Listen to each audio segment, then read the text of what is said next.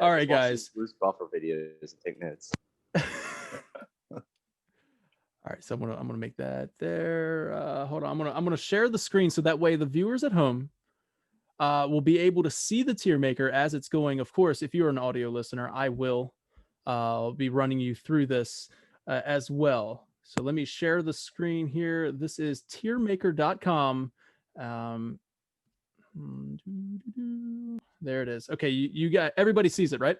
Yes. So okay. It would almost be better is if we just did this whole tier list through sign language and no sound whatsoever. So audio listeners had no idea what was happening. It's like, yeah, good list, guys. All right, like, all right. So he's totally saying that, but what he means to say is, "We love you. Please keep listening." But we're doing that in sign language. But we're going to be doing it from here on out. Just keep listening. All right, below the Tiermaker, I have every Final Fantasy main protagonist except we're excluding Final Fantasy 11 and 14 because, of course, those are online games and you can essentially just create your main character there. Also, excluding any kind of sequel, any kind of spinoff. So no Crystal Chronicles, no Tactics. This is mainline Final Fantasy. I know for the screenshots, some of the screenshot I have Dissidia, some of the screenshots I have Final Fantasy 13-3 or Lightning Returns. I just wanted to have a better picture than just a sprite. But I mean, yeah, I wanted everything to look consistent here. And for those of you that can't see it, they all look very snazzy. Yeah, very nice. Photos. Got the whole CG look for everybody in here, every character, and we're going to be basing these results off of personal favorites. Obviously, that's going to have a huge factor in what we do here. But also, if there's ever a debate, we're going to debate it by strength, ability, heroism, personality, etc. These are the kind of things that we can be like, okay, we're going to edge him into, or him or her into a different tier based on the fact that they suck. Or something like, you know, Vaughn. And anyways, we're going to go on to here. Now I'm going to get it started because I feel like this is an obvious, okay? And I will explain for anybody that is upset. Cloud will go in the S tier. And I'm going to do that right off the bat. And I don't feel like I'd have any pushback from anybody in this chat, in the party. So I will say this. There's no bias. This has nothing to do with the Cloud poster behind both Danny and I. There's a Cloud poster there. There's like 4 Cloud figures right here. Has nothing to do with that. Cloud thinks he's someone else. That's what makes this even better. So he deserves the top spot. Not only does he deserve the top spot, but he's wearing some clothes. He doesn't know who he is, guys, but he's just wearing some clothes. He's badass, man. I mean, you see this? Ambiguous clothing. What the hell is this? I don't know. Shoulder guard, bro. Don't know if you're going to get hit in that left shoulder. All right. You watch that left shoulder, man. It's for shoulder charges. It's like when you run in, you can like spike them with your bolts. You know what I mean? The point I was trying to make is football tackle. Football tackle with the shoulder guard. When I think of Final Fantasy, and I think most of us do, when I think of Final Fantasy, I think of Cloud. Yeah. I started with Final Fantasy VII. I love most of the Final Fantasy games. It always comes back to Cloud. I have more Cloud memorabilia than I do of any other character of any other game. And I fully support Danny's pick. And if anyone else bumps down Cloud, they'll never find your body. You will also never be on the show again. No, I'm just kidding. That's right. But yeah, like amazing points there by Osby. Final Fantasy VII is probably arguably the most well-known Final Fantasy game in the franchise. It is also one of the best games ever made. For me personally, it is the greatest game ever made. But also when we're speaking of Cloud, I mean, like Osby said, iconic. Even if you're not a Final Fantasy fan, you know who Cloud is. And I think that alone gets him up there in the S tier. Not only that, but his power. Vinny, do you want to touch on that, man? You want to talk like the strength and power of Cloud? Well, I mean, he can one arm that sword, which is actually pretty impressive. I mean, that thing looks like it's pure steel. They, No, and there's a blacksmith show Sword is where a huge, guy man. makes just makes weapons from media, pop Mhm. culture, and he made the Buster Sword, and it was like He- 100, Yeah. like 120 pounds or like 100 pounds or something like that. He needed Yeah. help lifting it up.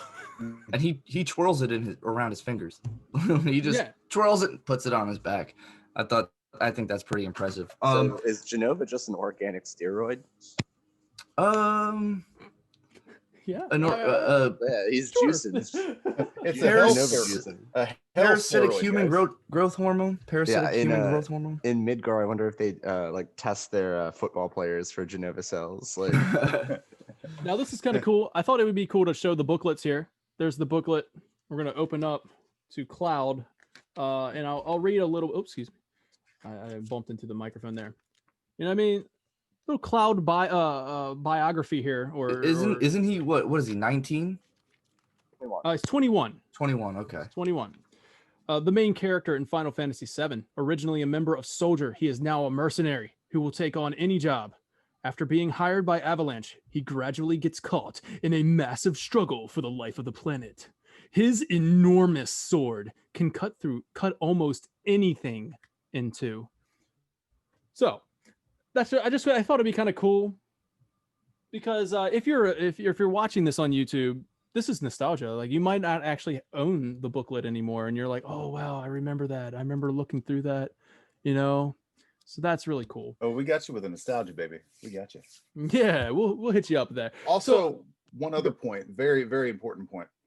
Almost every iconic image of Cloud, you don't see his face, but you still know who it is. It's always that back pose, man. Almost always, or maybe not always, but it seems like every major poster, you don't see his face. You know that's iconic when you can be like, I know who that is, but I don't see his face. That's true. yeah, I don't know. It's kind of like symbolic almost, because like he's like turned his back on himself and he's like living a sack. So you kind of keeps the identity what's ambiguous, if you will. And it's so I love that when you look at like character posters and stuff, you really can dive into these guys, these graphic designers, these artists. They know what they're doing when they create these images. So yeah, Cloud, S tier, no question. Obviously, it's unanimous here. Cloud is S tier. You might hate him, but that's probably just because Final Fantasy or Cloud has edged out your favorite character, and you don't like him for that. But other than that, Cloud he's the best. So S tier Cloud. Now I will go back and we'll start at Final Fantasy 1. This is the Warrior of Light. Now, Final Fantasy 1, I am aware, did not technically have a main character. These are the Warriors of Light. But this guy is kind of the poster. The Warrior is the poster child of Final Fantasy 1. He's represented in Dissidia as the main character. So this is who we're going with here. The Warrior of Light. Where would you guys rank the Warrior of Light? So I have a lot of thoughts on Final Fantasy 1. So like the idea is, and especially when it first came out, the idea is like you make your own party. There is no main character.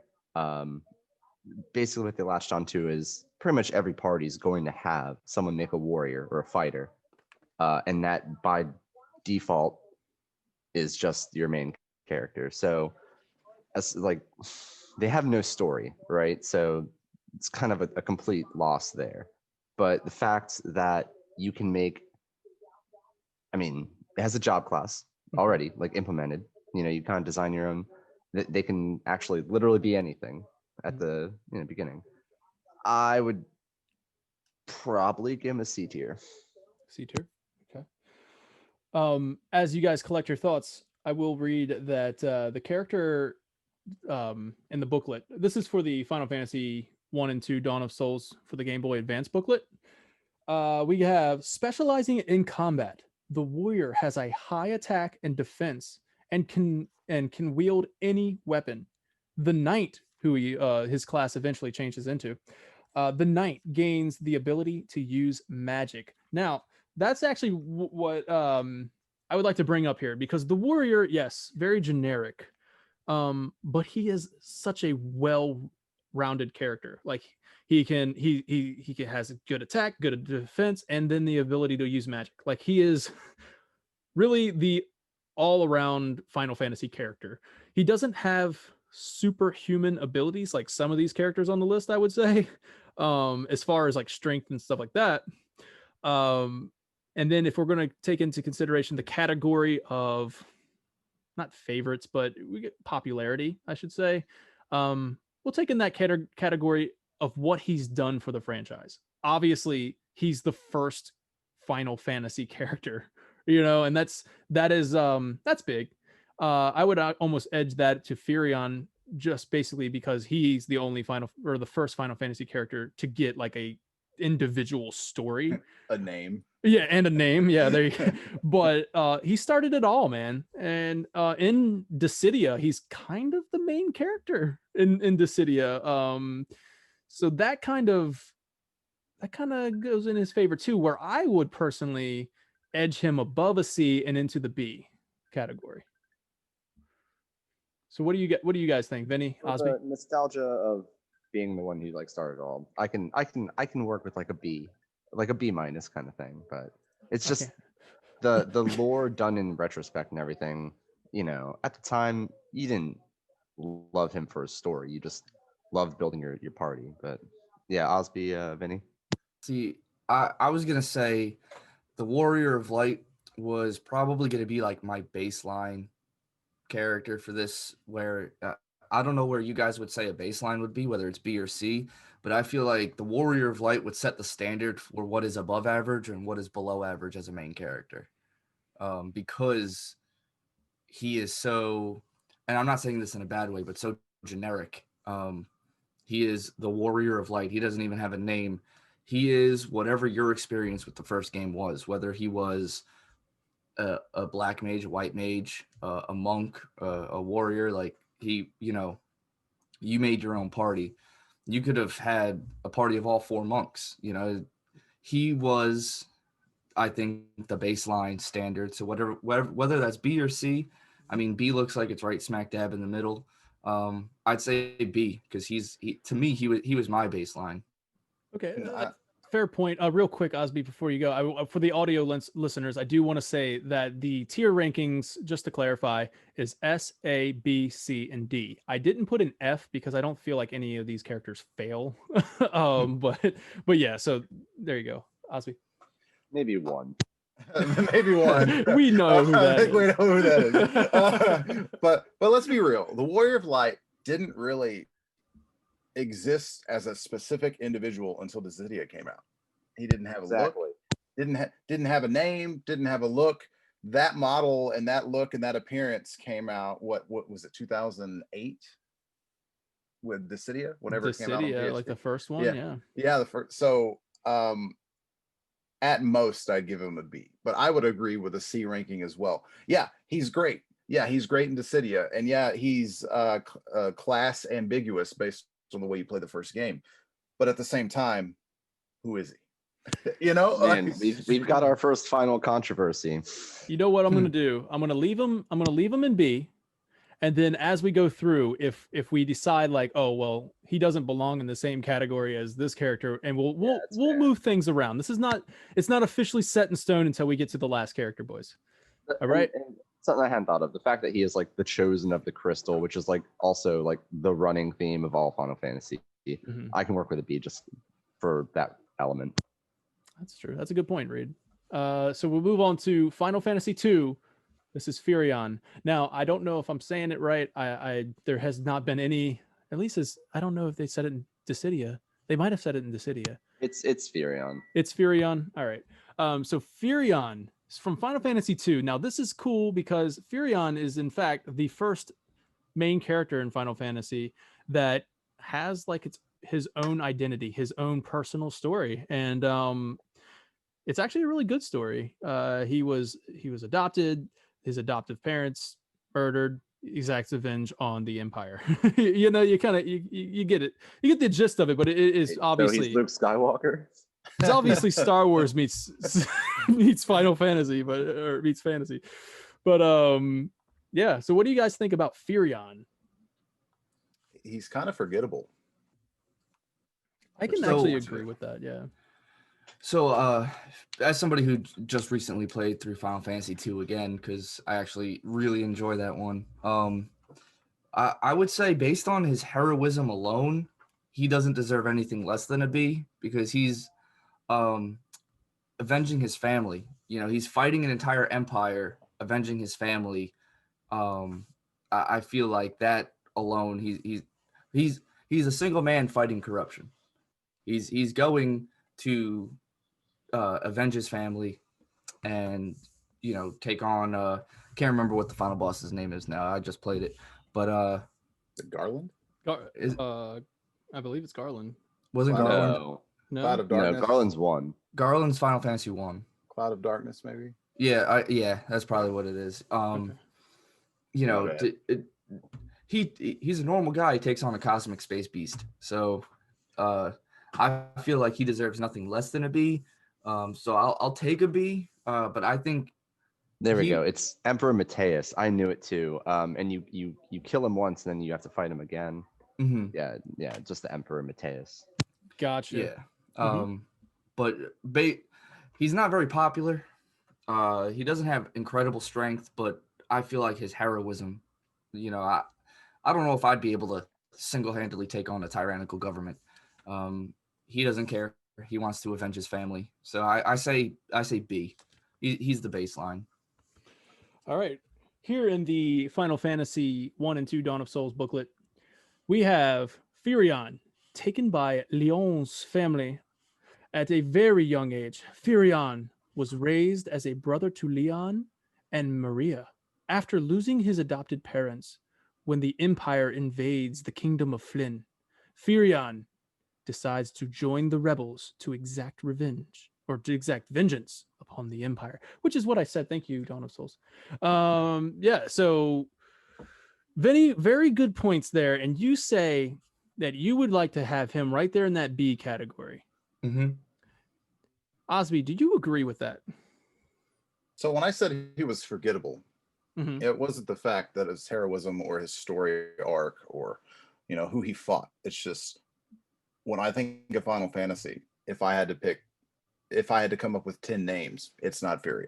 Fair That guy, enough. I guess that's where that came from. Sure, he's great. I would say he would have to be either right on par with the Warrior of Light or a little less. So yeah, B or C. That's fair. I would agree with that. I think that's a fair ranking for now. We'll leave him at the B category. B might end up becoming like, wait a second, B's a little too high on this list, and we'll readjust. But I think B's good for now. I would say Furion's my baseline because I'd say he's like the exact middle.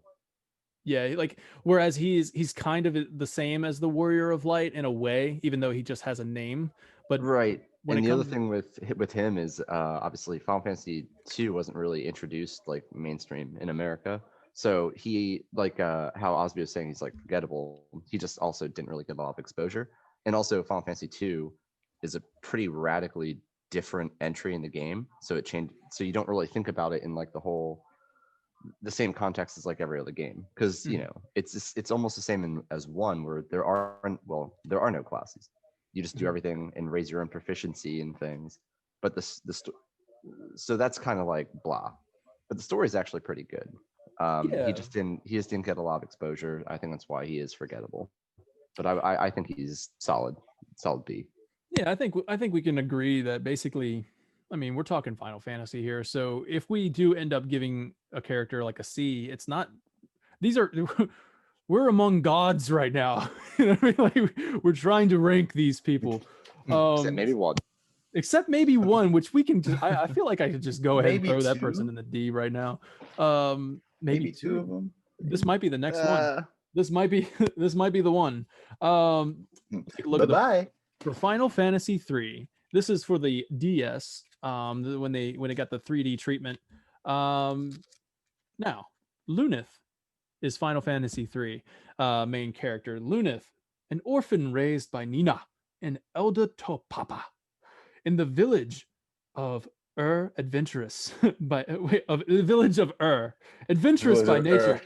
The village of adventurous by nature. His curiosity gets the better of him. God, I can't read today, guys.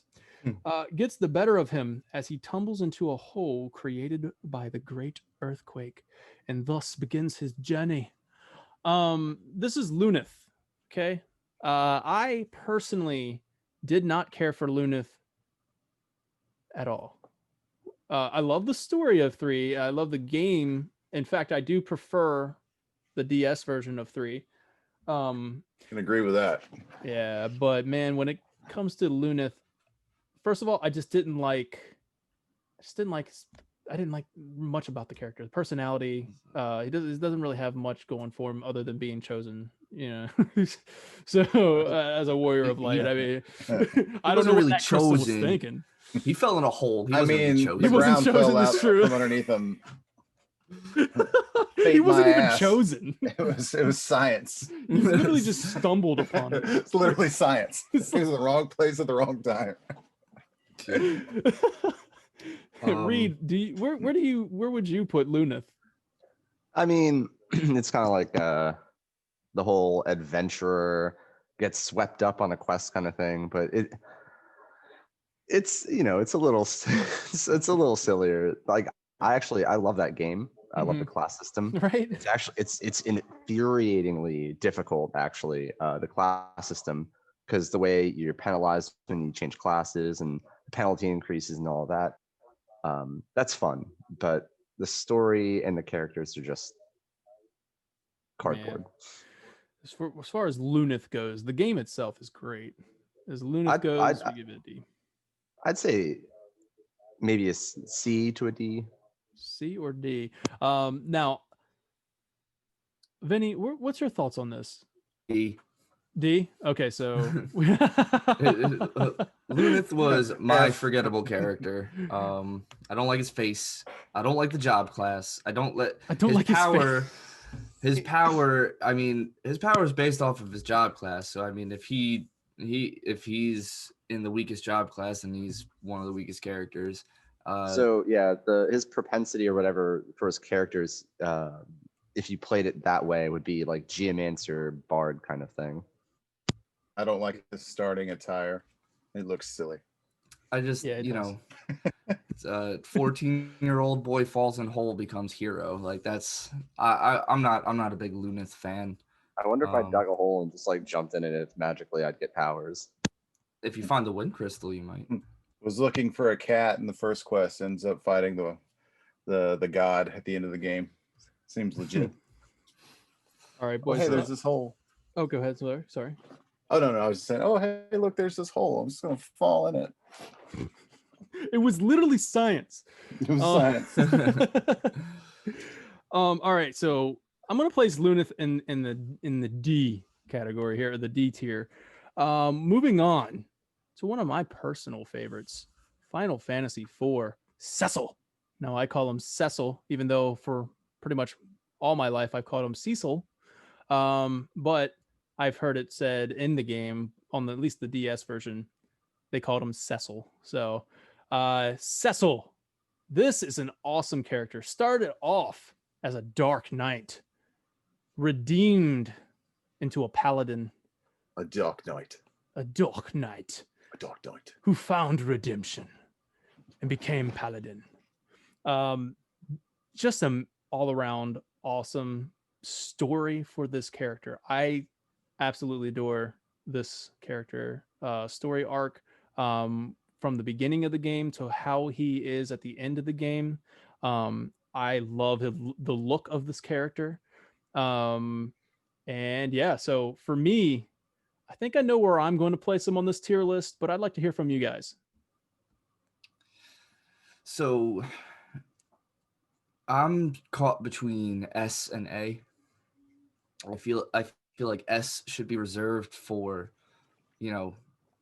all around 10s, 10, 10, 10, perfect score. Mm-hmm. I'm going to assume that you guys are going to be battling me with who I think my next S rank is going to be, but As far as Cecil, I'm gonna say A. And I would agree with that. Okay.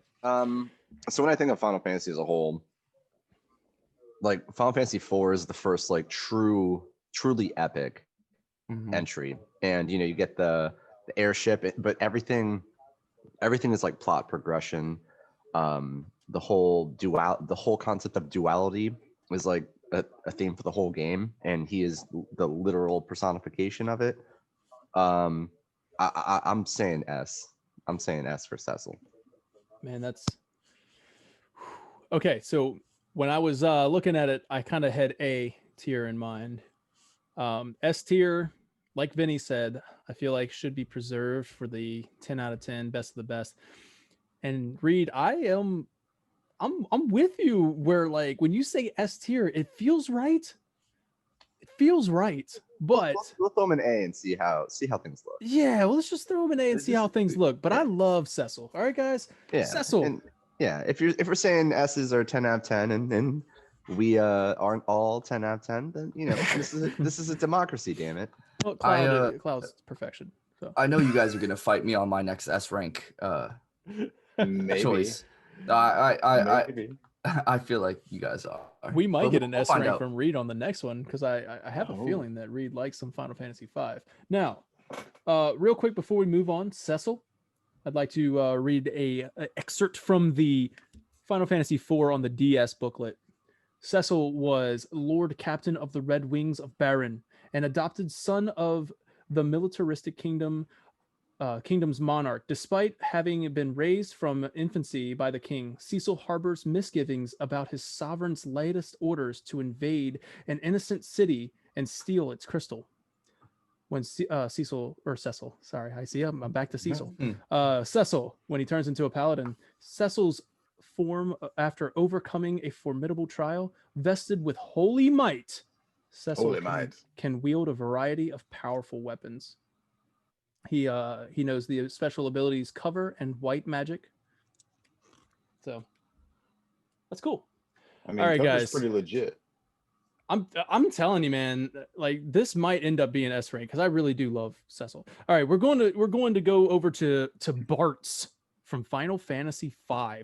Now, I will start with Reed on this one because I know Reed loves some Final Fantasy V. Reed, give your interpretation, your thoughts on Bartz and where he should be on this tier maker.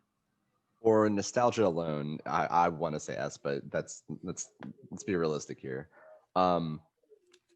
His character interactions throughout the game are amazing, hilarious. He's just doing his own thing. He pretty much is a bard, and his name's Bartz.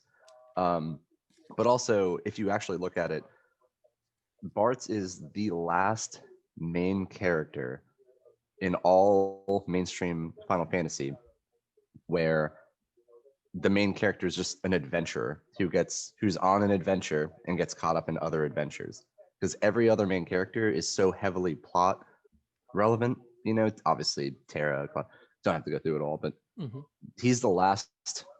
He's just so c'est la vie kind of thing, and it's almost like that's how he's inducted into the story. It's just kind of with the breeze kind of thing. Like he's just doing his own thing. Meteor falls, Galuf gets out, like I don't know. I love his character. I love the game. Realistically, if he's not the highest in B tier, I would say A tier. A tier. So Reed has him in A tier right now. Osby.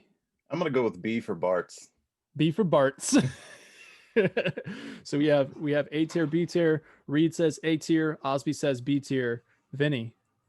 I actually, believe it or not, I think Bartz is A tier. It like what Reed said. He didn't have to do anything that he did. He had no actual specific ties. He was an adventurer that kept going on adventures. I think as far as his heroism, Final Fantasy V is the one where they go to space, right? Is That's that 4. That's 4. Oh, is that 4? When you go to Oh, okay, then Bart's is B. Whoops. He's like record scratch. Wait a second. Wait, if I don't It's B. Bart's is B. Bart's is B.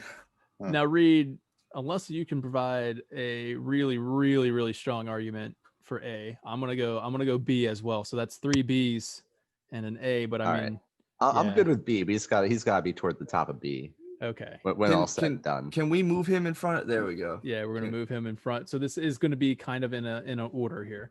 All right. Now moving on to Final Fantasy VI. Terra. Girl, come on now. Yo, Final Bring it Fantasy on. VI introduces the first female lead in Final Fantasy. And Terra is absolutely awesome. Once again, I don't know if I clarified this in the beginning, but I know Final Fantasy VI has multiple main characters in which you do play as a bunch of them in the game. But Terra is the poster girl of Final Fantasy VI, always associated with Final Fantasy VI. So Terra, and she's also just freaking awesome. And like Reed said, where Bart's was the last kind of just standard adventurer, just going on. He was the Luke Skywalker of, you know what I mean? Like he's just a regular guy. Wait, Furion's Luke Skywalker. Adopted parents killed and then takes revenge against the Empire. True. Okay, so we have a lot of Luke Skywalker or a lot of Star Wars going on before we get to 6. Now, final podcast 3, Rise of Skywalker again. Rise of Bart's. Yeah. So Terra, guys. For me personally, she is just awesome. A very, very powerful character in this universe as well. I'm placing her in A, but I'd like to hear what you guys think, and what do you think of the character, and where would you place her? So as far as I think, as far as power, I think her trance ability alone puts her at A. Oh my god! Because it's just so strong. And then heroism just solidifies her spot in A. I believe we touched on this last week, but Kefka, I mean, he's a bad one, and just a lot of heroism taking him out. Mm-hmm. I think, and I've always known her as Tina, believe it or not, because the only version of Final Fantasy VI I ever played was the Japanese version, where apparently her name is Tina. So well, I did not know her as Terra. Oh. So when Kefka brainwashed her, does that make him a Tina Turner? Oh my goodness. And thank you for watching Final Podcast. Reed has left the call. The shark's closing in. Had to get one last one out. Excellent, man. Looks at the camera. My fellow Final Fantasy members, when you reach to the left and your Final Fantasy toy is not there, just remember, vote for the Tina Turner. Vote for the Tina. Yeah. Oh my God. So this is actually a kind of a difficult one because I think it's an S tier Final Fantasy. I think it has an S tier villain in Kefka, which is crazy. I didn't notice until like 2 years ago. Me and Kefka have the same birthday. That is awesome to me. I love Kefka. November 19th. That's Kefka's birthday and obviously mine. Ooh, we're almost there. Ooh. Right, yeah, don't remind me. But I kind of want to go back to something that Vinny mentioned.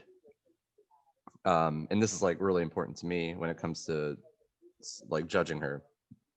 Obviously, she's like insanely powerful, but when it comes to like beating Kefka, and you look at the cast of Final Fantasy VI, like it does take a lot of heroism to bring him down because there's a lot of people involved. You know, you can almost say like of like I think the 10 real main characters, like 6 of them are A tier. You know, so I don't want to say it kind of like knocks her down, but it kind of does just because it removes how much she stands out.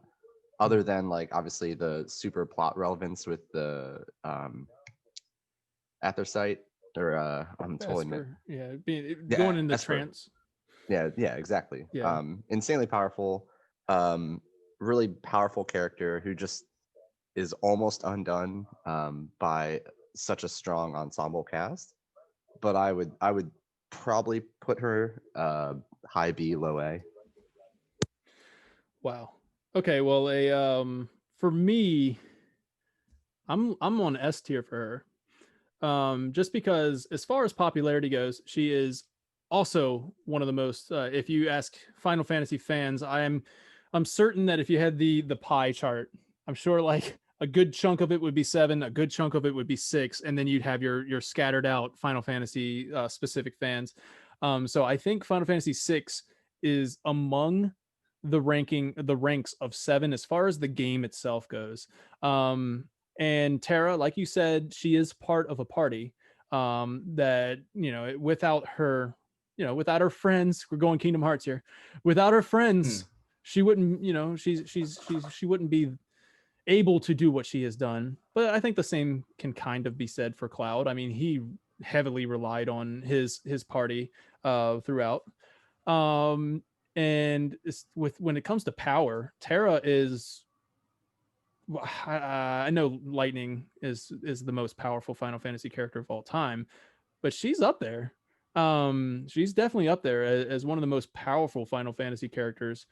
Just due to the fact that she's half Esper, and the fact that she can go trance mode and like just straight up, I will protect everything. And she can go full on hero mode, you know what I mean? And again, actually, the opening, the prologue of that game, I think Vinny and Osby and I talked about last time. Just that the opening credit scene with her is so cool. Yeah, I would I'm gonna put her in S tier if that's okay with you guys, just because obviously if I could add another tier, I would say Perfection and then keep Cloud up there and then put Terra in S tier. But I'm gonna put Terra in S tier. You guys okay with that? I'll allow it. I mean, in terms of like her power and plot relevance and all that stuff, with the theme of she is like very much like the central character because she's part Esper and everything. It's just such a strong cast around her and everything, and a strong villain. But I mean, I can see it. Like I said, S tier game.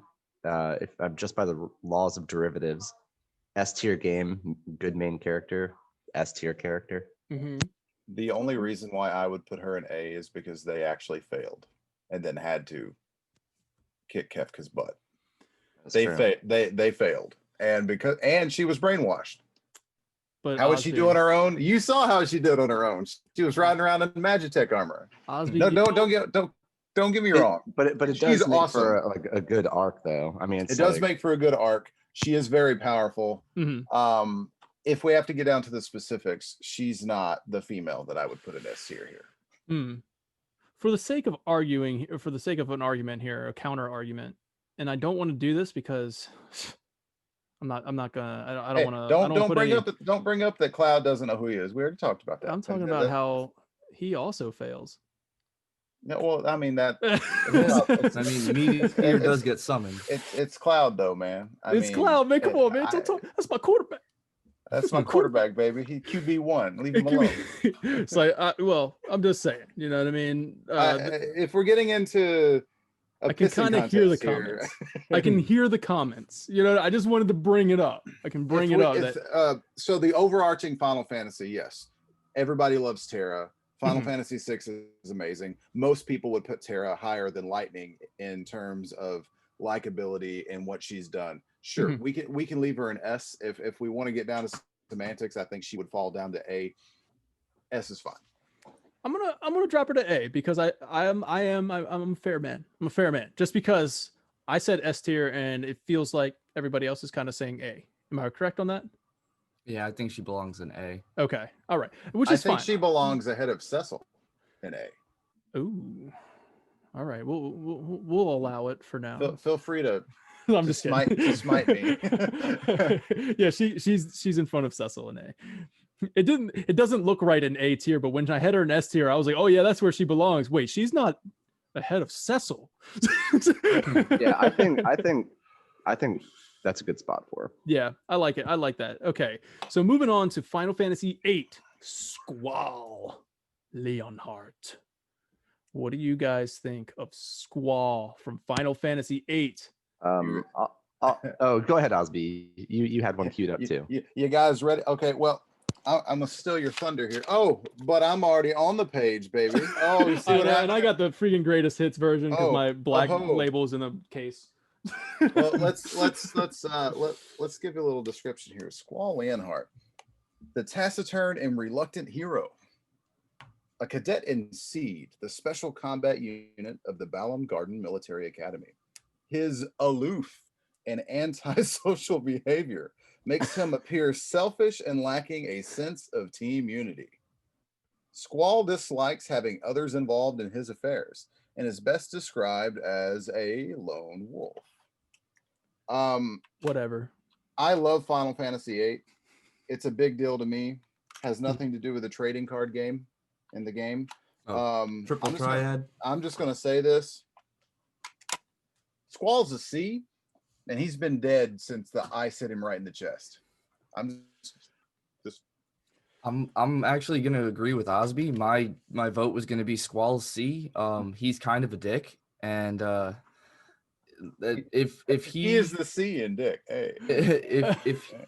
if he was more open to having people like camaraderie and actually like tried to fit more together into a party, I feel like they would have been way more successful in a lot more of their missions. But he was just so standoffish that it was kind of just like, all right, How about at the end of the game, though? How did you feel about Squall by the end of the game? But they kind of like, I feel like a lot of his arc is like really forced. Like in the beginning of the game, I feel like it's kind of forced. Like, oh, hey, this guy has a hard time, forming relationships. Yeah, exactly. Like there's a line that I can't get over. It's after the Timber mission where Cypher goes nuts at the broadcast station and gets captured, and you all think he's like dead, and you're in the train ride back, which Cypher is kind of a he's C-tiered probably. Yeah. But like on the ride back, they're talking like Cypher. You never think Cypher was so good, and like Squall's in his mind, like they keep talking about him like that, and he lashes out. He's like, I won't have people talk about me in the past tense. I'm like, wow, way to really get him, fella. Like them. And before someone really says, well, Cloud, he's antisocial and standoffish. He's got Mako poisoning and thinks he's someone else. Leave that man alone. Yeah, the beauty of that is that he's actually, especially you see in like Crisis Core and stuff, he was like this weak, like meek little like sensitive kid who wanted dreams. He just wanted to impress Tifa and like the kids that she hung out with. Kid with a bowl of porridge asking if he can have some more. Yeah, exactly. So it's like it's all a front. That's what makes his arc so good. Like, and they kind of tried to do like that, but like the budget version, like budget Cloud with Squall. Yeah, like it's just cheesy forced dialogue, and then like I've got a sword, but it's a gun. But it's a sword. He's thrift store Cloud. It's a gun. It's still like I still enjoy the game. The GF system is awesome. It's great. I love mini games. Getting the GFs is a blast. Squall is nothing if not a C tier. That's some very valid points. I am surprised to see that Squall in the C tier here. I am surprised to see that. I was expecting at least a B tier here. And for my argument for this, and I don't know if it's going to do anything because it seems like everybody's on board with C, which is that's the unanimous vote, or not the unanimous, that's the majority vote, which is what we'll go with. But I feel like as far as Squall is concerned, taking into the category of popularity, he is extremely popular. People do love Final Fantasy VIII. I mean, it's the game that followed 7, so everybody who played 7 is like, oh my god, I'm gonna get 8. And then they discovered 8, and I thought the love story between Squall and Ryona was, I really enjoyed it. Yeah, it was a lot better. But I just Yeah, played it like a couple months ago, and I was like, all right, well, some of this is better than I remember, but it is better than you remember because like when you played it back in the day, I don't think we really grasped the emotional like of the emotion of love, I guess. Back well, then we were they just also playing really it. tried to, but I mean, I agree with what you're saying, but like how before I forget, how we were talking about how Squall's kind of like Cloud Light. They really tried to make Rhinoa like Tifa Light. Mm. You know, like Spunky, it looks how much like Tifa. So it's, I don't know. It sets the expectations like you want that kind of like level, and then it's a little less. But And he was also a jerk in Kingdom Hearts, so he didn't change. He was a didn't- jerk in Kingdom Hearts man, as the well, only thing man. that changed was his name. His Yeah. name, yeah. which was Leon, wasn't it? Leon, And, yeah. that didn't really change too much. He's a secret agent. I- Squall Leonhardt is undercover as Leon. I'll never get that. Also try to take in consideration where he was at the end of where these characters were at the end of the game, like how their character developed. But in a way I do agree with I believe everyone's kind of said this, but I know Reed said it. I do agree that it was kind of forced. Like it feels like that arc was forced in a way. And it was like from one extreme to another where it's like this guy hates everyone, like antisocial, and now he evolves throughout the game. But yeah, I mean, I personally really liked Squall. I think it His might ending is be just satisfying. to It's just the journey that's frustrating. and It's- and that's definitely needs to be taken into consideration. I'm definitely not discounting that at all. I don't know if it's just me. When I think of Final Fantasy VIII, Mhm. I think of Renoa and even possibly Laguna. Squall is a whiny little bastard who is thrust into the protagonist role.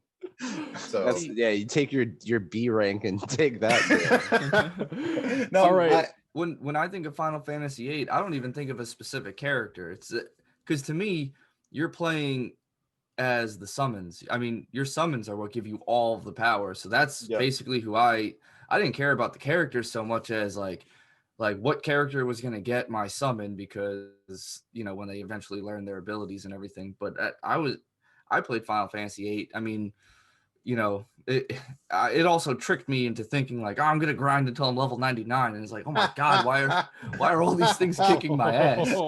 Oh boy, that's a whole other episode right there. Yeah. The junction system was a lot of fun though, but Yeah. something I'll also say that detracts from Squall for me, because like I said, I like a lot of things about Squall and all of that. It's just, I think it's not necessarily Squall as a character's fault sometimes, as much as he's how he's written and everything like that. Yeah. But the Squall is still a part of that stupid garden battle where he's fighting the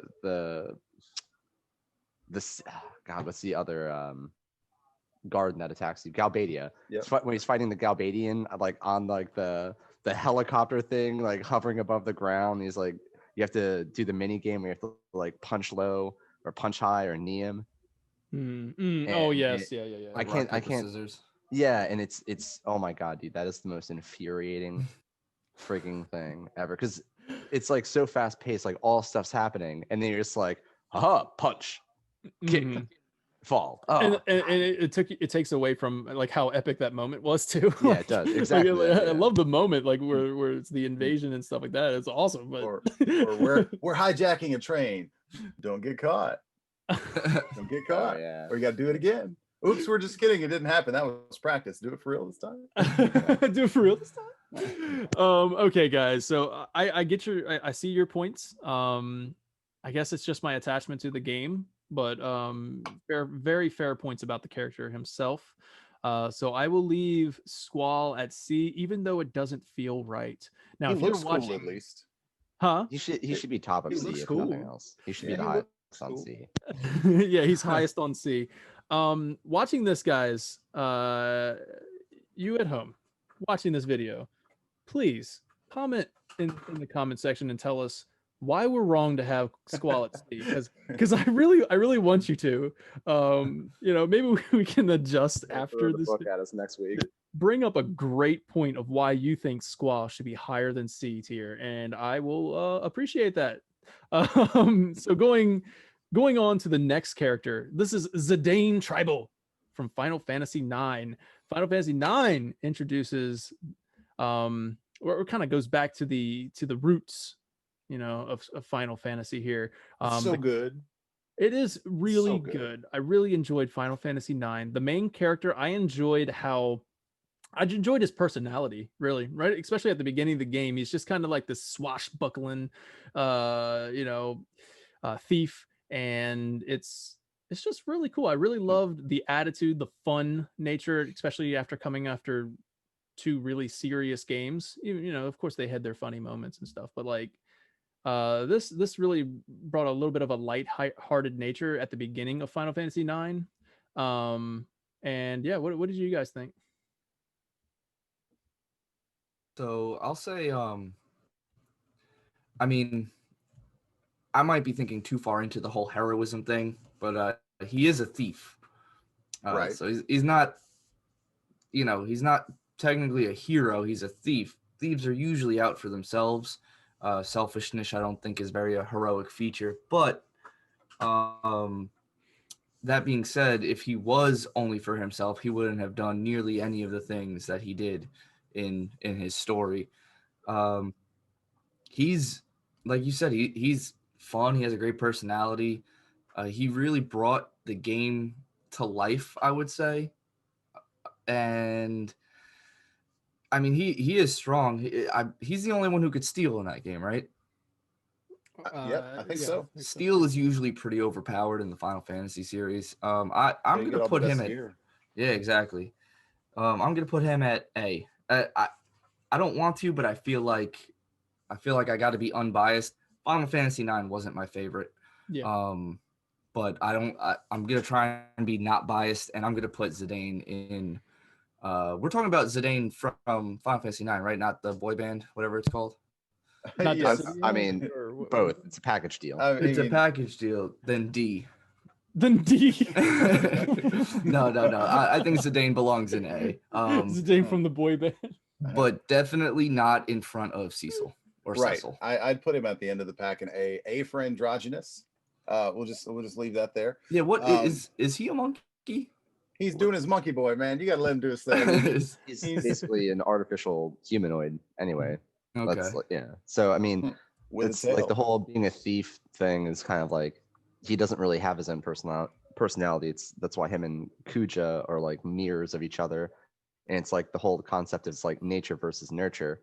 Zidane went out after being basically developed as a weapon and found like that the acting troupe and all that stuff and kind of picked up from there. And whereas Kuja was instantly turned into a weapon and became like malevolent like he was. So I like that mirrored kind of aspect to it too. And then the parallel between Zidane and Vivi, I just with Vivi's being so good. artificial and it's anyway. That's another episode too. But no, I definitely agree with Vinny. I go with A, but not in front of Cecil or Tara. Okay. So I think about this a lot just in terms of when Final Fantasy, when they go, like they look back at previous entries and they say, oh, well, let's go for like that style again, kind of thing. Like I think what kind of detracts from 8 some is the fact that they try to take that darker, heavier theme from 7 and instantly kind of redo it. Whereas I would say 6 with that whole the Terra arc where she's brainwashed, working for the bad guy basically, and has like this long redeeming story arc kind of thing would mirror, and the epicness of it would mirror like Cecil from Final Fantasy IV. So I see those games as kind of similar. And then, I love Bart so much, and I think that kind of theme is brought back in 9. Whereas, he's just like the adventure, and it's like kind of more lighthearted. But and knowing how much I love 5 and Bart's and everything like that, obviously I love 9. I hated it at first, but I love that game. The story is, because it is like kind of cartoonish at first, it's almost off-putting and then you get Queena, and it's even more off-putting. But when you kind of get through it and everything, it's like, wow, man, this is really heavy. Like basically Kuja's his brother, and they just like turn into opposing forces, and then BV and everything like that. So I think Zidane should be bottom of A. Bottom of A. All right. So that seems to be the majority vote there. Zidane, bottom of A. Are you crushed again? I'm I'm not crushed. I'm still just looking at Squall sitting at C, to be honest with you. Just Look, if someone had in the comments, if someone had to sit at C in this group, it had to be Squall. I guess it had to be Squall, man. Yeah. I'm looking at the tier right now, the Tiermaker right now, and we have the Warrior of Light and Furion above Squall, and it makes me feel things. I mean, I'm just gonna say that we could have put. I'd vouch for Warrior of Light being in C. Being in C. That might be something worth reevaluating as this thing is completed. I could see him behind Squall. Just do it now. Just do it now. Just throw him down there, man. Yeah, but I put him behind Squall. I could see him behind Squall, but not ahead of Furion. Okay. Yeah. All right. So we're gonna throw that feels better. That feels does. better. Now, it looks now Squall's ahead of someone. Yeah. You leave Luneth alone. He has a family. He's about to be ahead of another one soon. We all know it's coming.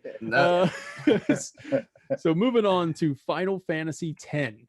Before we do that, for audio listeners, right now we have S tier Cloud, A tier Terra, Cecil, Zidane, B tier Bartz and Furion, C tier Squall and Warrior of Light, D is Luneth. Now we go on to Final Fantasy X Titus or Titus, however you prefer to call him. I call him Titus. Because he didn't have like that name. Nobody calls him that in the game because you could rename him. So what do you guys think of Titus? One of my favorite Final Fantasies, Final Fantasy X. S rank. S rank for Titus. Yep, I agree. So it's Final Fantasy X's like revolutionary in terms of gameplay, the party mechanics, the voice acting, the story. Yeah. Oh God. Ha ha. We had to do it. But like just the scale of we've talked about, but like the first several Sin bosses, like where you're on the shore and you're fighting like the Sin limb or whatever. It's like the mushroom looking boss. Like God, that game is so good, and Blitzball's arguably the best time sync mini game I've ever been a part of in Final Fantasy. I put literally so dozens of hours. As a character, I think he's annoying. God, no, I will. I'd put him, like, for me personally, I'd probably put him in B tier. See, now I'm gonna rebuttal you. Go for it. I feel like he's the only. All right, maybe not the only Final Fantasy character, and I feel like this is why he deserves S rank. But he made the ultimate sacrifice. He gave up his own life to save the world. The Faith wanted to stop dreaming.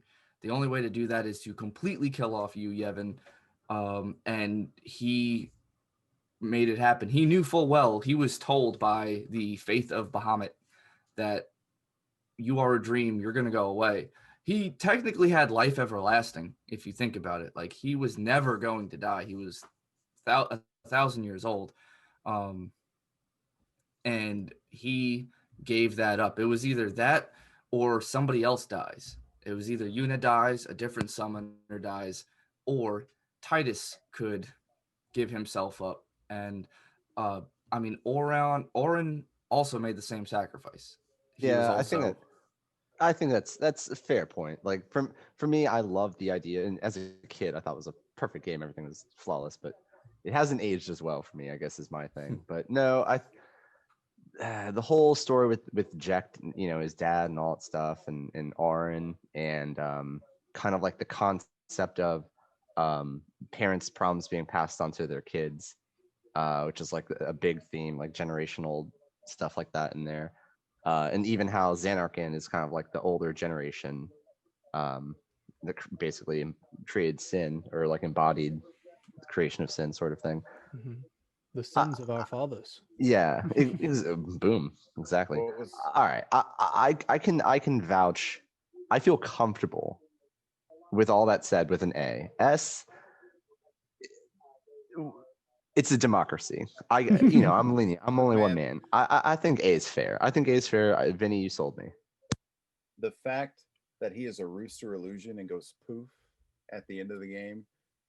That's S all the way, baby. We have our first like split decision here. I have Titus high A, like right at the top of A, and Reed seems to agree. You guys have Titus at S rank. It is a split decision right now. Now, I guess You let's see. guys Me make and some- Osby need to get together, see how we could sway you guys. yeah. It's not.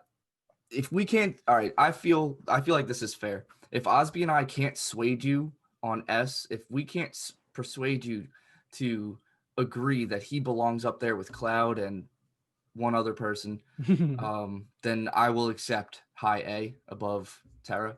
Now the ultimate sacrifice thing, I thought that would persuade you in itself because that's it's very persuasive. You guys have definitely made some very valid and great points, and I love Final Fantasy X, one of my favorite video games of all time, not even just Final Fantasy.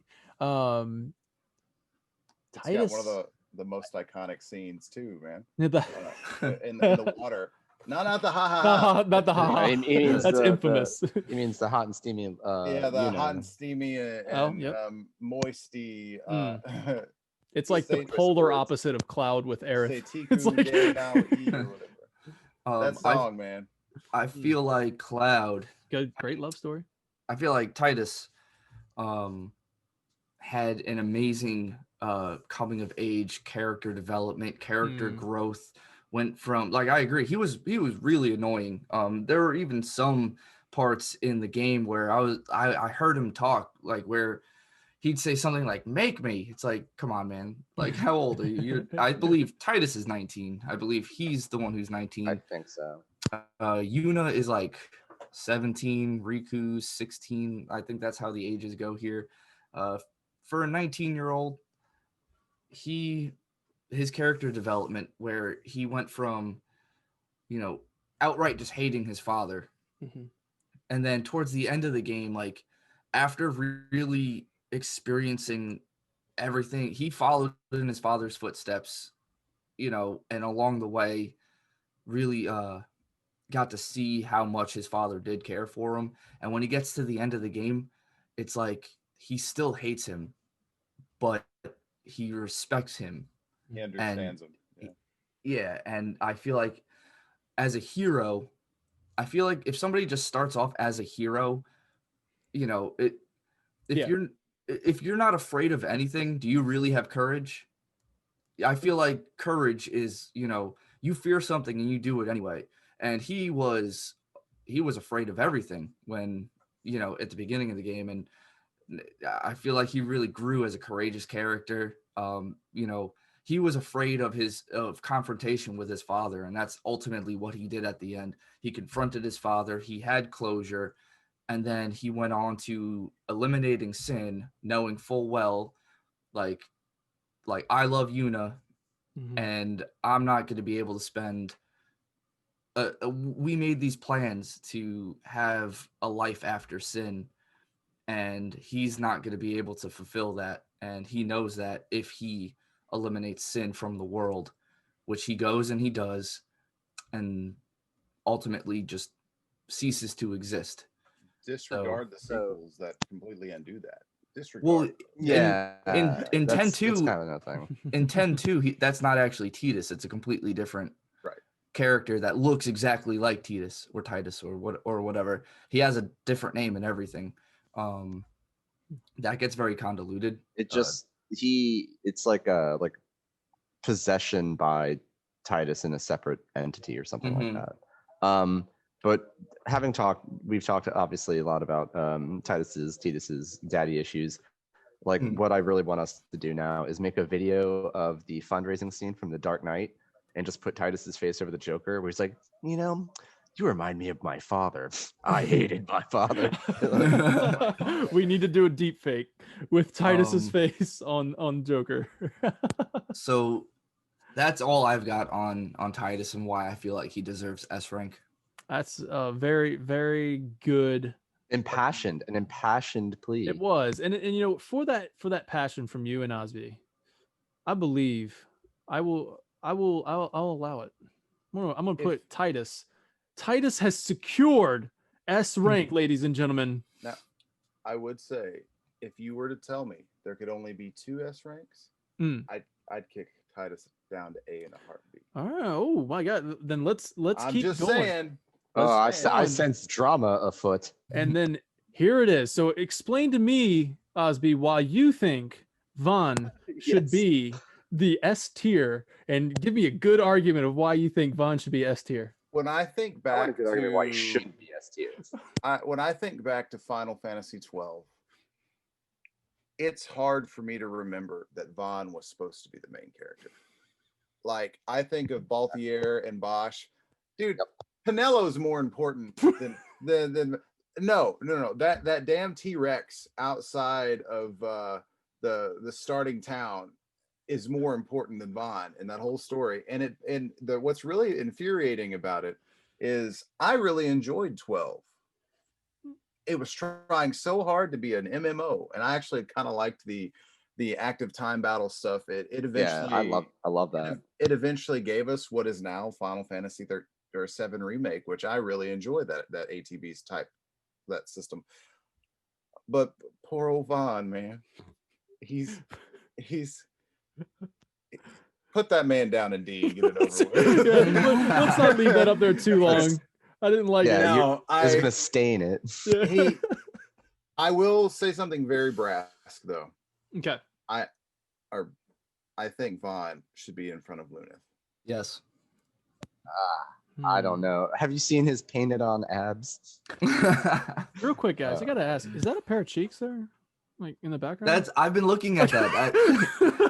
Like, what's in the background right now? I was like, why would Daniel pick this picture? But but somebody see these cheeks? Look, those are definitely cheeks. Those, what is that?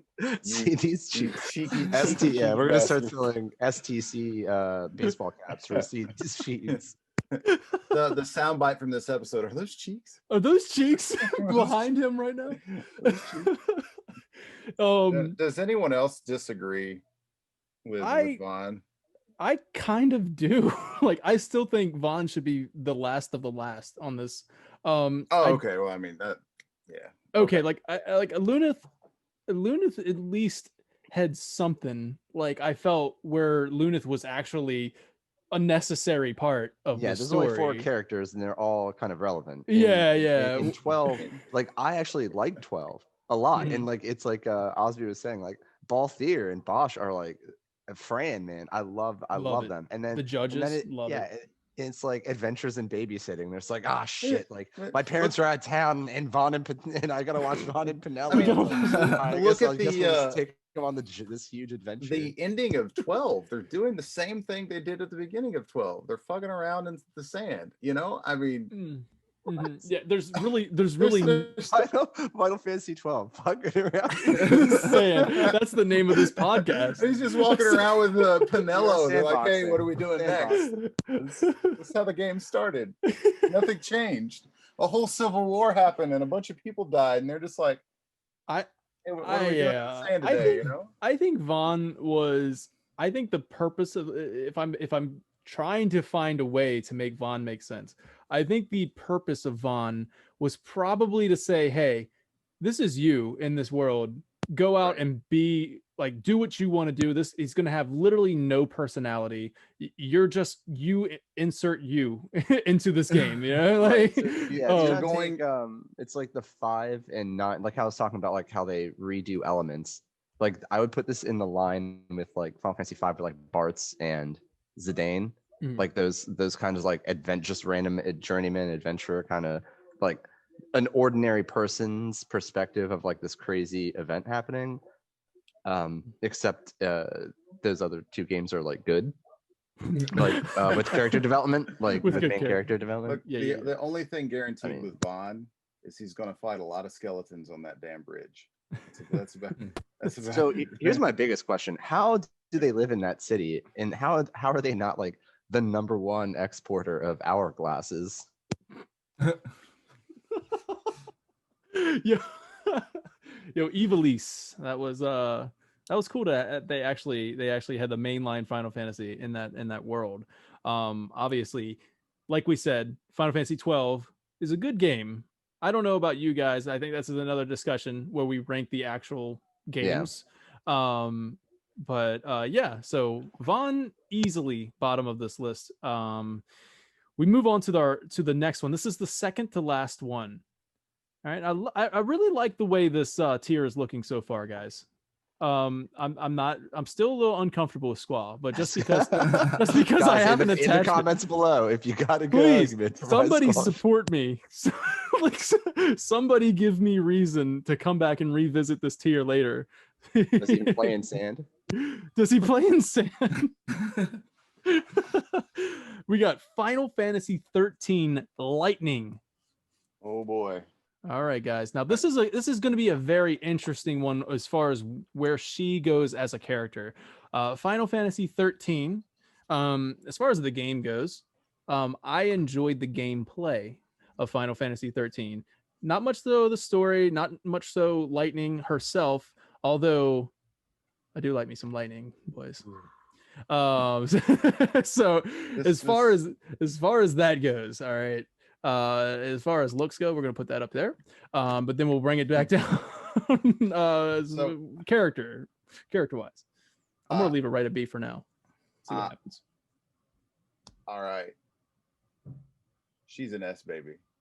She is an What? S, right? Well, look. What? I even know I thought you why. guys were talking about. I know why.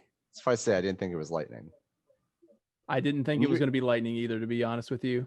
I didn't think it was going to be Lightning. When you guys said that you had another one for S tier, I did not think it was going to be Lightning. I kind of thought, yeah, there it is. So Lightning S tier just because she's essentially a god, like a goddess. She's the that was going to be my point. Is that where I'm getting at? Okay, so go ahead and elaborate on that, Vinny. Yeah, doesn't she? I never played fully through Lightning Returns. The Pokemon feel of 13 Part 2 was kind of cool. Or am I getting those mixed up? No, I think you're right. No, you're Part 2 right. was, yeah. But Final Fantasy 13 isn't one of my it's not one of the ones where I really like to admit that it's a Final Fantasy. Because 13 had the whole grind block and everything, and some of the bosses felt like it had an artificial difficulty because of that. But talking about her character alone, correct me if I'm wrong, but she does become a goddess, doesn't she? Like she eventually she does. Yeah. Yeah. And I don't know if that's unfair. Like just a disclaimer or whatever to throw in here to this category. I don't know if it's fair because I did say at the beginning to exclude sequels. These are characters that don't go in. Okay. But well then it is kind of her character. So I don't know. Go ahead. She is the female personification parallel of Cloud. In fact, in one of the sequels, she was able to dress up as Cloud. She and did. That alone. Pre-order DLC. Yeah, pre-order DLC. But she has the right attitude. She's very off-putting, but has a reason for it. She's extremely strong in a cast of characters that are extremely forgettable. I think she's higher than Terra just because Terra was surrounded by multiple other A's and possibly S people in that game, and Lightning not so much. Granted, there's a few highlights to Final Fantasy 13, and Final Fantasy 13's trilogy didn't need to happen. It could have stopped after that first game. That's a whole other episode and topic. Yeah. But I think that from heroism, strength, and what she eventually knowing what she eventually becomes, I think she's S tier. Would I put her in front of Tidus? Maybe. I'm not 100% sure yet. if we aren't allowed to go off of Final Fantasy 13 Part 3, then I would drop her down to an A, because if this is if we're talking about Lightning just played through it on release, there is no Part 2 or Part 3 yet. We have no idea where her story arc is going. I would put her in A. I chose S because she becomes a goddess. That in itself, that's an immense amount of power. But as far like she's still powerful as a regular person, and her mission was to free her sister from being a Lasith, right? Mm-hmm. I think that's pretty honorable. That's why I would put her in A. Yeah. So, and her sword is amazing. That's an amazing sword. If, and also again, in the sequels, she got to dress up as Cloud. That's amazing. If we're not going off the sequels, she's A. That's my vote. If you do allow for us to take into consideration what she does become and what she can dress as, I want her to stay in S. So those are my two votes. Okay, that's fair. I mean, I know that like I said at the beginning of this, I know that I have Final Fantasy Lightning Returns image right now, but it is the coolest image of Lightning, I think. So Reed, do you have any thoughts on Final Fantasy 13 Lightning? Oh yeah. So I actually like bought an Xbox 360 when 13 came out, because I was all excited just to try on a different console and everything like that. Really just didn't feel like Final Fantasy so much to me, and Lightning was kind of, in my opinion, kind of like a sort of like a Mary Sue, like Rey Skywalker kind of character. And just the game is just so linear. And I liked some of the combat system. Just felt a little off, but I liked the way you could build them and everything like that. But so, and I understand, like, at the end of the game, like the mission and all stuff, but and what she can become. But it's like, I just think the journey is like so important to the ends, and it's just such a forgettable kind of game, because it's just so linear. So you don't really get a lot of time with the character. You know what I mean? It's just like, it's a big hallway. You kind of yeah, you just kind of play through it and it's done. And then, like, I went back and tried to grind those giant brontosauruses for that rare metal. But you can't, there's so much grind involved to do that. So you can't even really, as a game and a character, I like, the highest I could go on Lightning would probably be a B. I haven't played any of the sequels. I just never bothered. I was kind of just turned off by the original. So, let Danny determine how we fit that into it, but I'm gonna say B. This is a democracy. This is a democracy, guys, and I have been taking everybody's votes, everybody's opinions here, and they're like, I think Squall is. I'm going back to Squall. I think that's a perfect example of how this is a democracy. Okay, because I do. What actually could be kind of cool. What actually would be kind of neat is if and we can look at this next time we do a tier list, but we'll give like actual scores, and then what we can do is just average out the total, divide by 4, and see what tier they end up in from that. All right. So for Lightning, for me, I'm gonna take her out of S rank, guys. I think due to the fact, I mean, yes, obviously power wise, S rank, 100%. She is the most powerful Final Fantasy character. The creators of Final Fantasy have come out and said that she is the most powerful Final Fantasy character. Then again, that interview was done before the release of Final Fantasy 15, which we'll talk about next with Noctis. She is the most powerful Final Fantasy character in my mind as well. So S tier for power, but as far as my personal favorite, I do not think she belongs up there. Just because, yes, she had lots of reasons to be stoic and just kind of, monotone for most of the game. But yeah, I mean, she had a lot of reasons there. She had a lot going on, a lot on her plate. She did make one of the most selfless acts that she can do for her sister. And then as far as personality though, that's where it gets hit, because they say that Lightning is supposed to be a mirror of Cloud, but I think we've discussed this before, but Cloud is not. Like, when they released Advent Children, I was kind of a little disappointed that people's vision of Cloud was this really just monotone, no expression, no laughter, nothing. No, he doesn't make any jokes. Yeah, I was kind of like disappointed that that's the route they went, because Cloud in the game does in fact make jokes.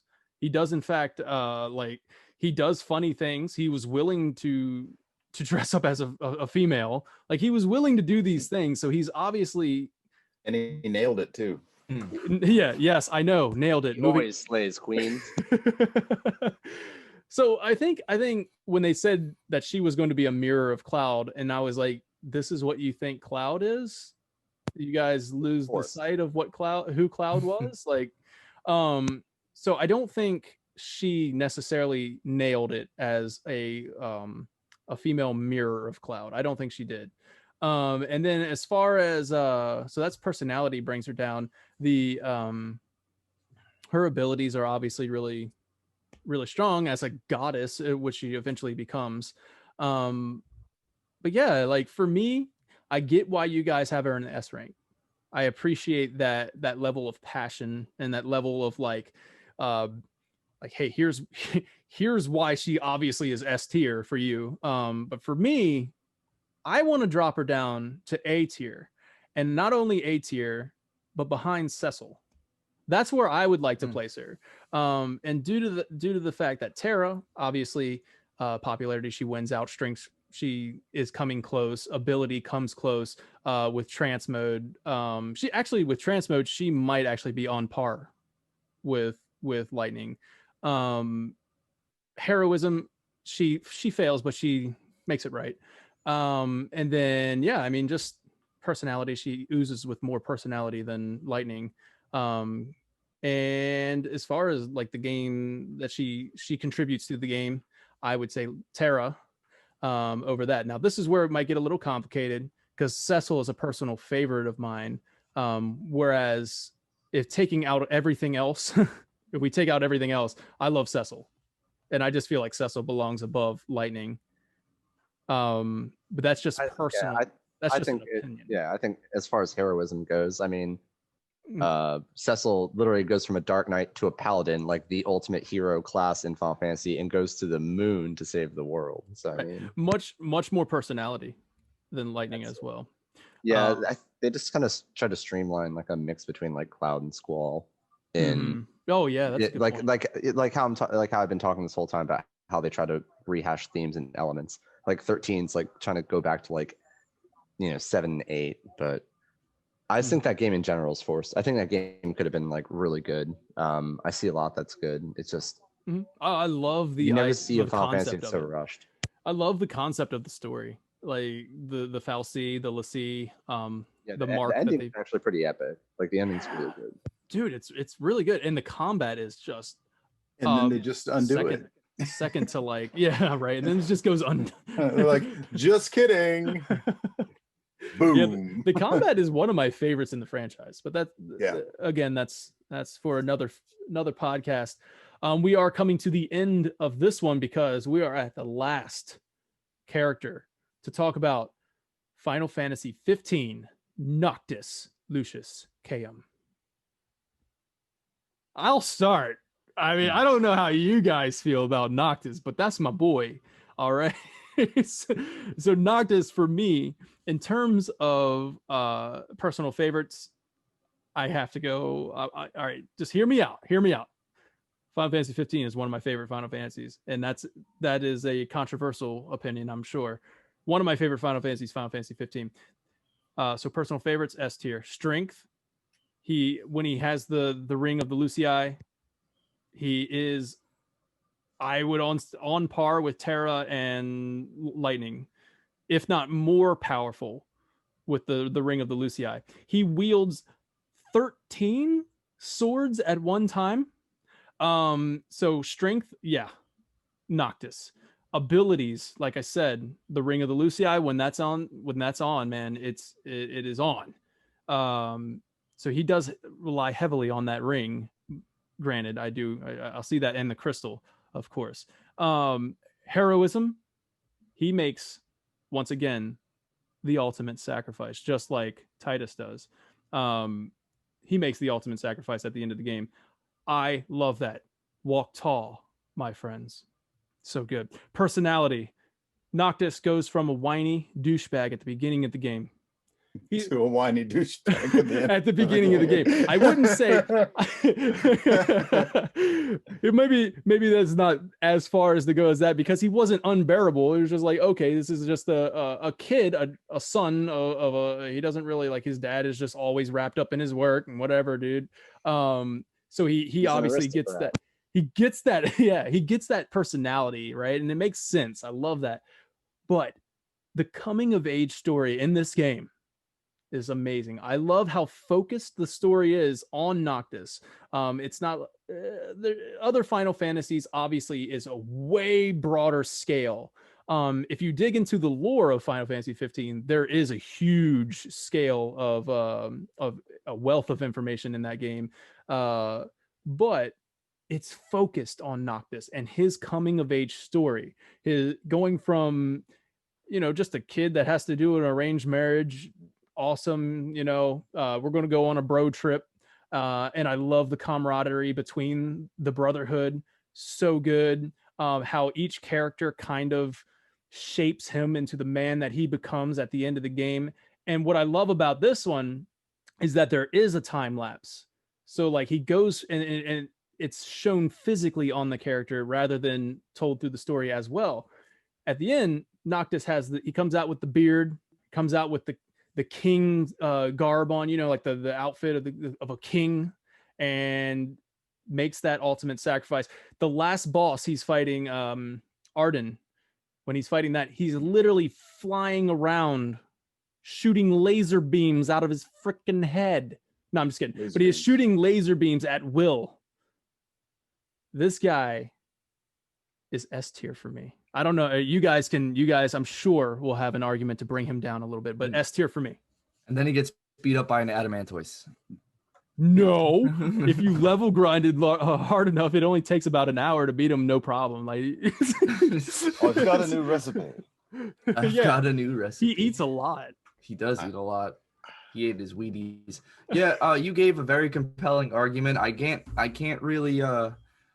You allowed Titus in S rank. I can't really argue your Noctis. Without the ring and without being royalty, like if he didn't have royalty, all he would have is Prompto, and I feel like he would be like a B tier character without the ring and royalty, because he would just be like any other dude. Wouldn't have a flying car, all that stuff. Mm-hmm. But since we're including the ring and the royalty, I'll agree with you on S tier. The ring is like the weight of the crown. You know what I mean? Heavy is the crown. Yeah. Osby? So I really like Final Fantasy 15, but I have a lot of issues with it. You have to watch an anime series. You have to watch a movie. Mm-hmm. You have to play DLC side stories just to fully understand what the hell happened. If you beat Final Fantasy 15 the moment it was released, you missed so much content that they added later because it was rushed to production. Mm-hmm. I love the combat system of 15. I do. I really like the story. I like that he made the ultimate sacrifice. I like you mentioned, the time lapse, and he comes out, all scruffy and rough and ready, and his kingly raiment and his knee brace that's there for some reason. Like all this. Father had it. It's bad knees. It's very compelling. Yeah. He's an annoying prince, and because of that, the highest I could possibly feel comfortable putting him is A. Okay.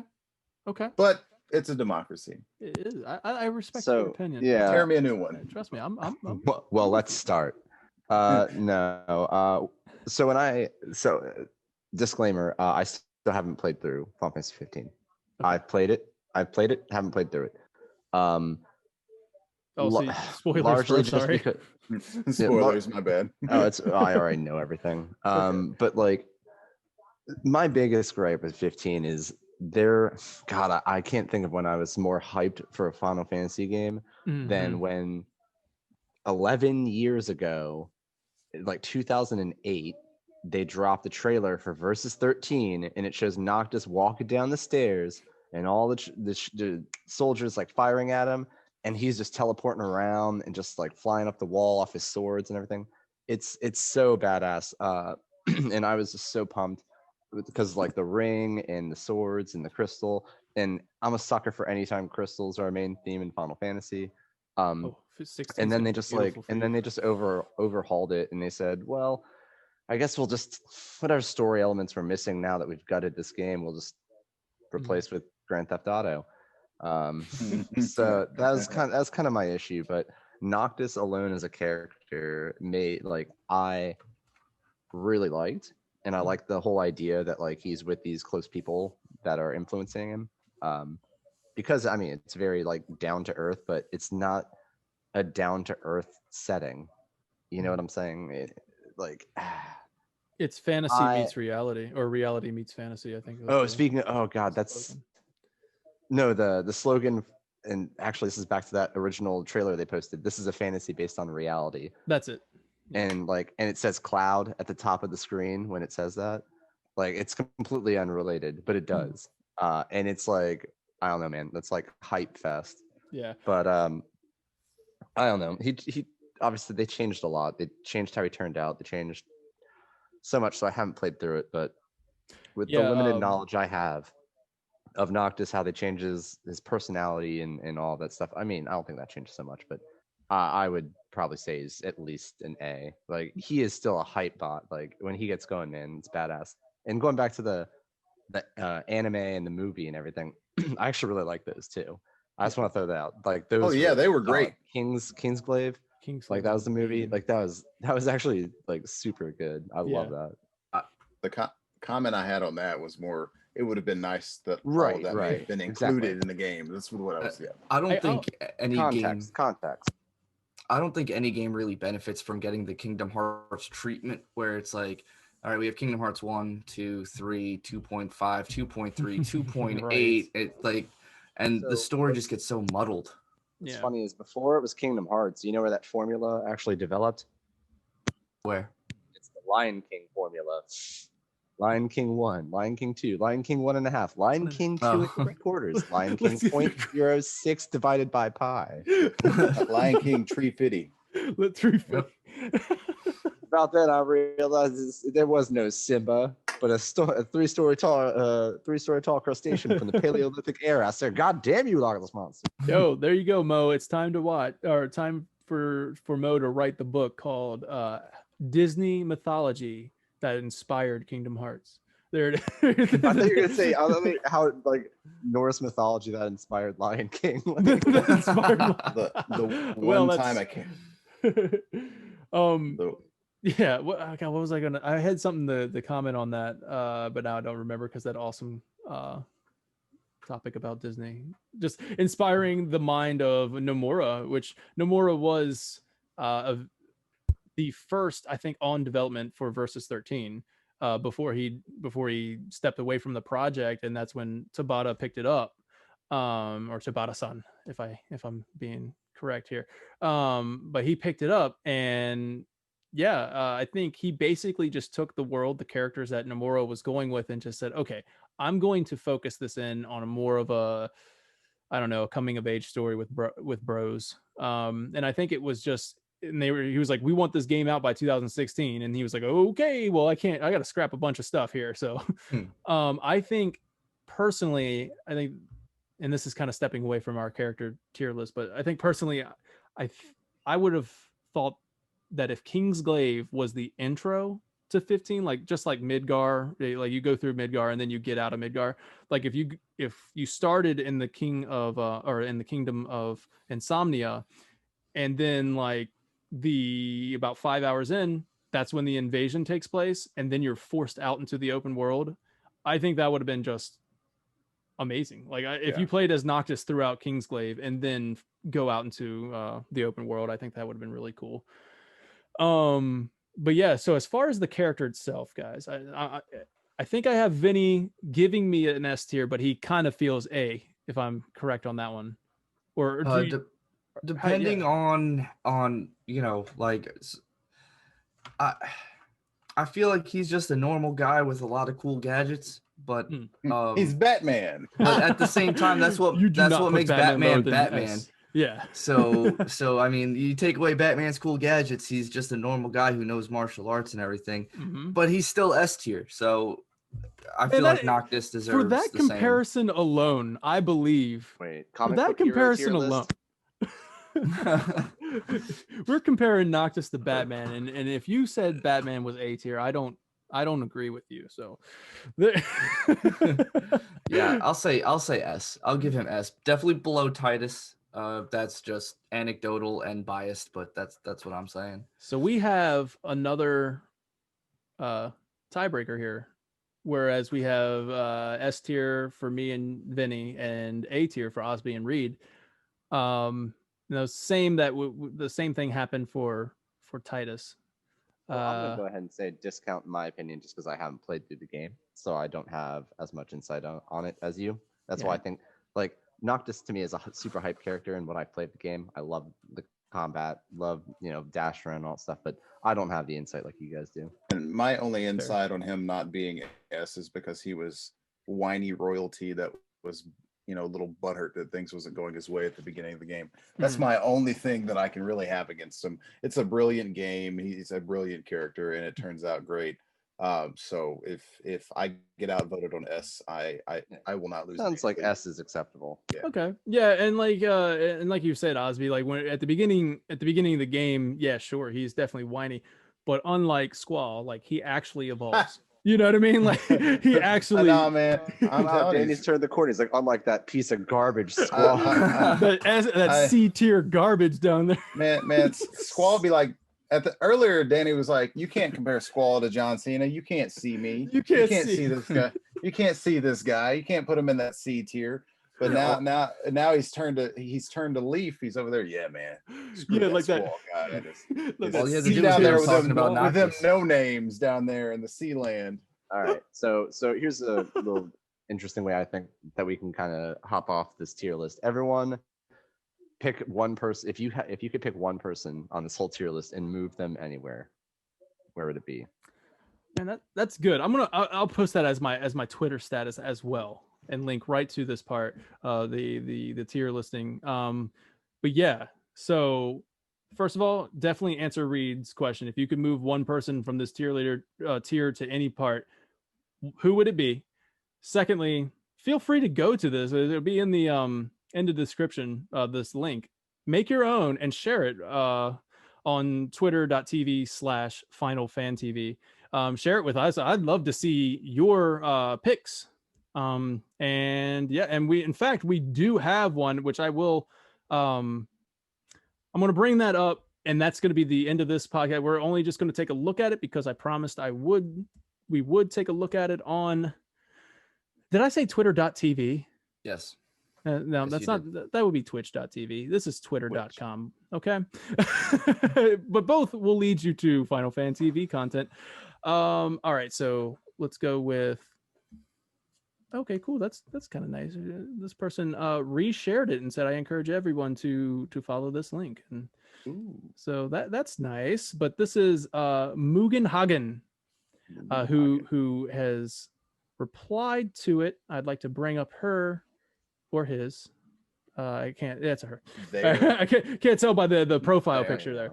But I'll bring up their Tiermaker real quick. Here it comes. There it is. You guys see that? Oh. So we have S tier Cloud, Terra, Zidane.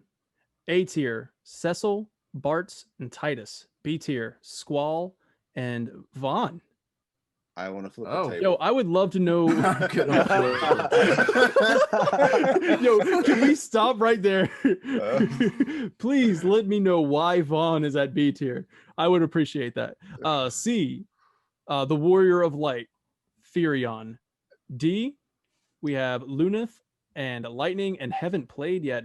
Noctis. Mugen Hagen, please play Final Fantasy 15. Daniel. Please play Final Right. Fantasy 15. One of my favorite Final Fantasies. I will say that it is a very straightforward, easy to pick up. It's not as in-depth as the rest of the Final Fantasies. So if that's your thing, then maybe, I don't know, you might not like the combat because it's really hack and slashy. But yeah, just enjoy the story. It's amazing. But yeah, this is a cool tier list. What do you guys quick opinions, quick thoughts? I see a Their thumbs up for first Vinny. spot in the S and first spot in the D tier that matches us for the most part. So we have Yeah. to give it that. Well, But, that's true. All right. No comment. So I can't see Vaughn being anything higher than F. Yeah. And yeah, Vaughn, you should have put that in the haven't played. Just Sorry, I'm just kidding. I'm just kidding. You got to play 12. But yeah, Vaughn and D for me, for us, obviously. And I can appreciate Titus being an A. I like Final Fantasy X is definitely one of my favorites. And if he doesn't deserve S rank, I at least appreciate that he's A. He's an A tier hero. Agreed. I agree with the the B Of course ranking you here do. for Squall. Okay, guys. I do like how they had something similar in mind where these are like, hey, these are the baseline characters. You know what I mean? Mhm. Must have just not liked 13. You know what I mean? Like you just didn't like the mean, game. I mean, I'll be honest. I can accept Lightning pretty much anywhere on this list except S. all right, Okay. I can respect that as well. But Now- there it is, guys. Man, this has been quite the conversation. I do appreciate you guys taking a good chunk of your Saturday out to be part of this. Can we What you just got, all man? agree on one thing though? Mhm. If Riku was on this list, she would be S tier. Girl, if Riku was on this list, Riku would be this damn list. What are you talking about? She would be it, the would list. it would be Riku and then the second list. No, That's what- no, Yep. it's just a tier above S for Riku tier. Riku's Yep, here. Riku tier, rank R. And you Man, got to bring the pain and put her somewhere in there too with her tantalizing leather and lace and You guys want to do and- side characters next time? Sure, yeah, I at mean, some point, he's- yeah. It's gonna be Riku. It's It's Ri- gonna- it's Ri- gonna- it's rank gonna be just Riku. Right Riku. there. Yeah. All right, it's just like every different outfit that Riku's ever shown in. I'm just making a tier list of it. But yeah, Riku's outfits here list. Let's Final go. Fashion TV. Oh my god. Hey, don't get me started there because Cooge is up there somewhere Oh, Right. okay. on that fashion. Hey, All right. I'm not a fashion connoisseur. Cooge knows what he's wearing. I'll just leave it at that. Bro, I see you with that Piccolo shirt. Don't tell me you don't know about fashion. All right, guys, that's going to wrap it up for Final Podcast 3. In fact, this might even be Final Podcast 4 at this point. Where Yeah, we've been recording for a long I time. might split this up. So one, we were talking about if this is split, you probably enjoyed Final Podcast 3, where we talked about the Final Fantasy DLC, and then this is Final Podcast 4, where we're talking about tier makers. So Yep, this is the premium content on the Final Final Fantasy Fans only out. fans. Yeah. Final fans only. Final fans only. Yeah. Bart's is A2. Bart is A tier and he's out. Bart is S tier, I'm out. Yeah. I mean, this is the one instance where we need Barrett saying a Macarena, and then that just be it, Oh, you know? that's the closing needs to be Barrett doing That's Macarena. That's the closing, man. Hey, Macarena. I'm glad the Macarena, that whole discussion's carrying over. Trust me, Like when he comes onto the show, it's going to be a demand. People are going to want to see it. The most tantalizing like character arc throughout Final Fan TV is the Macarena. And then when the culmination of it, he comes to the show. Right as he goes to say it, we cut and go to the next episode. Yeah, Yeah, what we'll have to do, and this is going to be a long running thing. Next time. What we'll have Next to do time. for way down the road is we'll do like Final podcast inside joke tier list. All right, you guys remember that Macarena thing? Where's that go? And then reads storyline with pictures, like yeah, or Tina Turner. Tina Turner, yeah. That was the best. I almost want to put that as just like, hey guys, check out this one-liner here. Tag Tina Turner. So, Make that a ringtone. So once again, this is Final Fan TV. We have lots in store for you. This is Final Podcast, our weekly podcast about Final Fantasy, where we're just going to talk about the news, rumors, and even do some awesome fun stuff like this Tiermaker here. But eventually, as the channel levels up, we will be creating new content such as Let's Plays and a more frequent news and rumors show that could be posted daily or every other day or so, or when it happens.